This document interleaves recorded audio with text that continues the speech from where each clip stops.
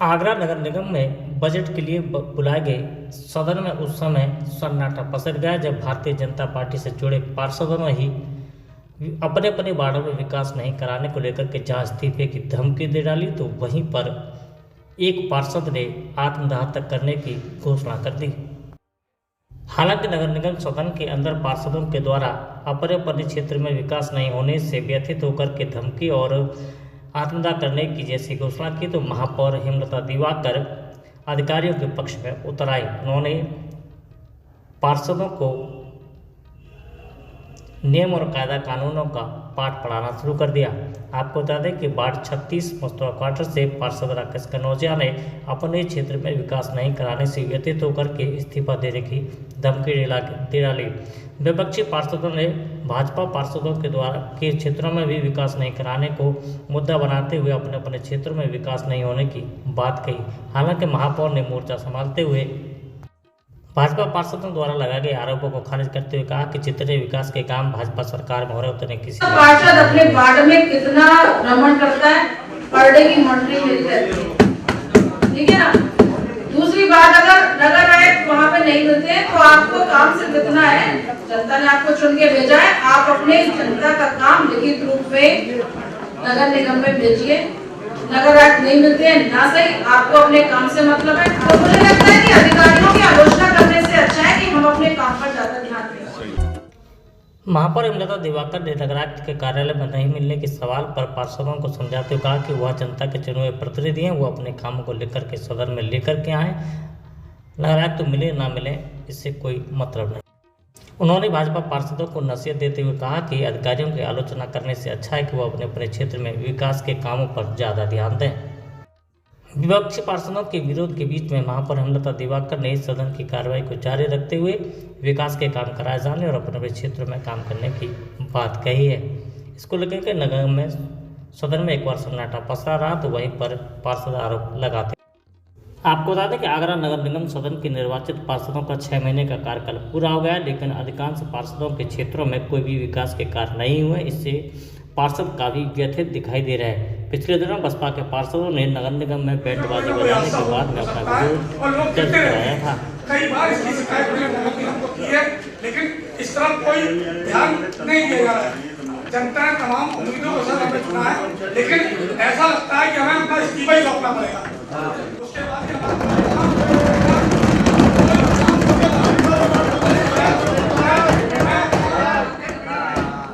मैं अपना इस्तीफा भी लिखकर लेकर आया हूँ।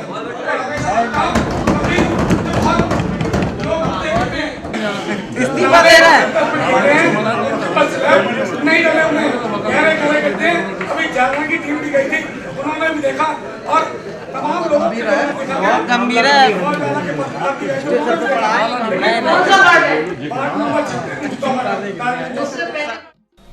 भाजपा पार्षदों के द्वारा नगर निगम सदन में उनके क्षेत्रों में विकास नहीं कराने और इस्तीफा देने की धमकी के बीच में अब विपक्षी पार्षदों को बैठे बैठा यह मुद्दा मिल गया है। वह कह रहे हैं कि अपनी ही मैं जिस वार्ड से आता हूं उस वार्ड को वार्ड आगरा का सबसे बड़ा वार्ड है, सबसे ज्यादा जनता उसके अंदर रहती है। मेरी आवाज मैंने नगर विकास मंत्री जी को पत्र के माध्यम से अवगत कराया, मैं आपको भी सदन के माध्यम से अवगत करा रहा हूं।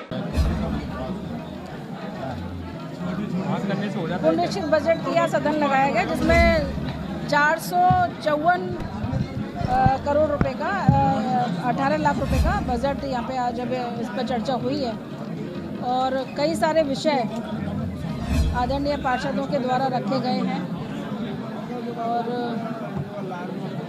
इस बजट से हमारे यहाँ की जो नगर निगम की आय है उसको देखते हुए हम लोग आगरा की जनता के लिए विभिन्न विभागों के द्वारा आगरा की जनता को लाभ भी पहुंचा है। कुछ चीज़ें हैं अभी मैं अगर आप कहेंगे, क्योंकि मैं अभी देखकर ही बता पाऊंगी ऐसे आपको, और अगर आप कहेंगे तो एक कॉपी आपको दे दी जाएगी।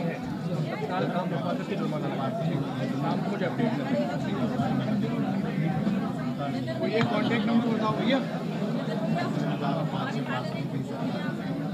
ऐसा नहीं है, आप लोग भी देखते होंगे, आप लोग तो पूरा टाइम यहाँ पे मीडिया रही है और मीडिया से तो कुछ छुपता नहीं है। मीडिया ने खुद देखा होगा कि प्रत्येक पार्षद जो बोलना चाहता है उसको यहाँ से परमिशन मिलती है और वो लगातार बोलते हैं। कोई भी हो पार्षद, मेरे लिए तो पूरा हाउस एक बराबर है।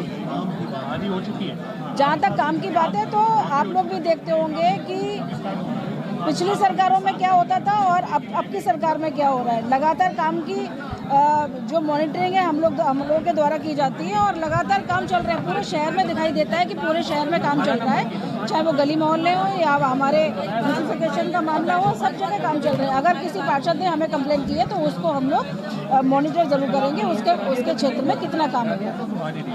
आज आ जाएंगे पहले।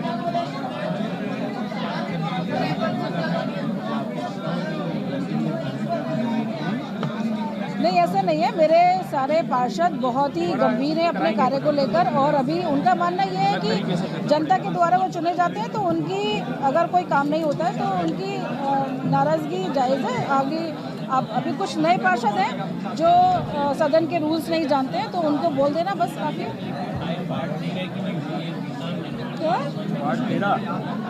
नहीं गाड़ी जिस तरीके से ये सदन के अंदर जो हो रहे हैं, जो निर्णय हो रहे हैं, माननीय महापौर जी ने अभी एक आदेश पारित किया है कि सभी पार्षद अपने आईडी कार्ड के साथ आएंगे। तो मुझे लगता है कि माननीय महापौर जी हमारी मुखिया हैं और मुखिया को अपने सदस्यों का नाम और शकल इतनी तरीके से याद रहे कि सदन के अंदर कौन बैठा है कौन नहीं बैठा है, और इस तरीके का एक आदेश पारित नहीं होना चाहिए। अब पार्षद अपनी आईडी भी लटका के चलेंगे, ये तो मुझे नहीं लगता। मैं ये चाहता हूँ कि यहाँ पे एक नया सिस्टम बन जाए कि हफ्ते में 2 दिन पार्षदों के लिए नगर आयुक्त साहब दें और 2 दिन सिर्फ पार्षदों से मुलाकात हो जाए। तो जो पार्षद 20-20 किलोमीटर दूर से आते हैं उनकी डायरेक्टली नगर आयुक्त साहब से मुलाकात हो और उनकी सुनवाई हो, उस आधार पर उनके कार्य हो जाएं। क्योंकि हर पार्षद अपनी जनता का सेवक है, जनता का प्रतिनिधि है, जीता हुआ प्रत्याशी है, जनता उम्मीद करती है कार्य हो। नहीं, वो एक्चुअल में क्या है कि अगर जब कहीं पर किसी प्रकार से कार्य नहीं हो पाते हैं तो स्थितियां इतनी गंभीर हो जाती हैं। उन स्थितियों को उस मोड़ पे ना जाए, उससे पहले आप समय निकाल के अपने जनप्रतिनिधियों से मिलना चालू कर दें तो वो स्थिति ना बने। हाँ, सदन के अंदर कुछ चर्चा में आया, हमारे कुछ माननीय पार्षदों ने अपनी पीड़ा अपने क्षेत्र के बारे में अवगत कराया कि वो कुछ जब से वो क्षेत्र में पार्षद चुने गए हैं और लेकिन जनता बड़ी असंतुष्ट है, पब्लिक में विरोध है। और माननीय पार्षद जी भी इस बात के लिए बहुत कि भाई अब पार्षद के कार्य नहीं होंगे क्षेत्र में तो फिर वो उसकी पीड़ा तो स्वाभाविक है, क्योंकि जवाबदेही पार्षद की, माननीय पार्षद की ही है क्षेत्र में जनता से। और उस पर आज सदन में नगर आयुक्त महोदय से भी कहा गया है और बैठकर इस पर सामंजस्य बनेगा। और चूँकि आज बात सदन में हुई है तो निश्चित ही इसका हल जरूर निकलेगा।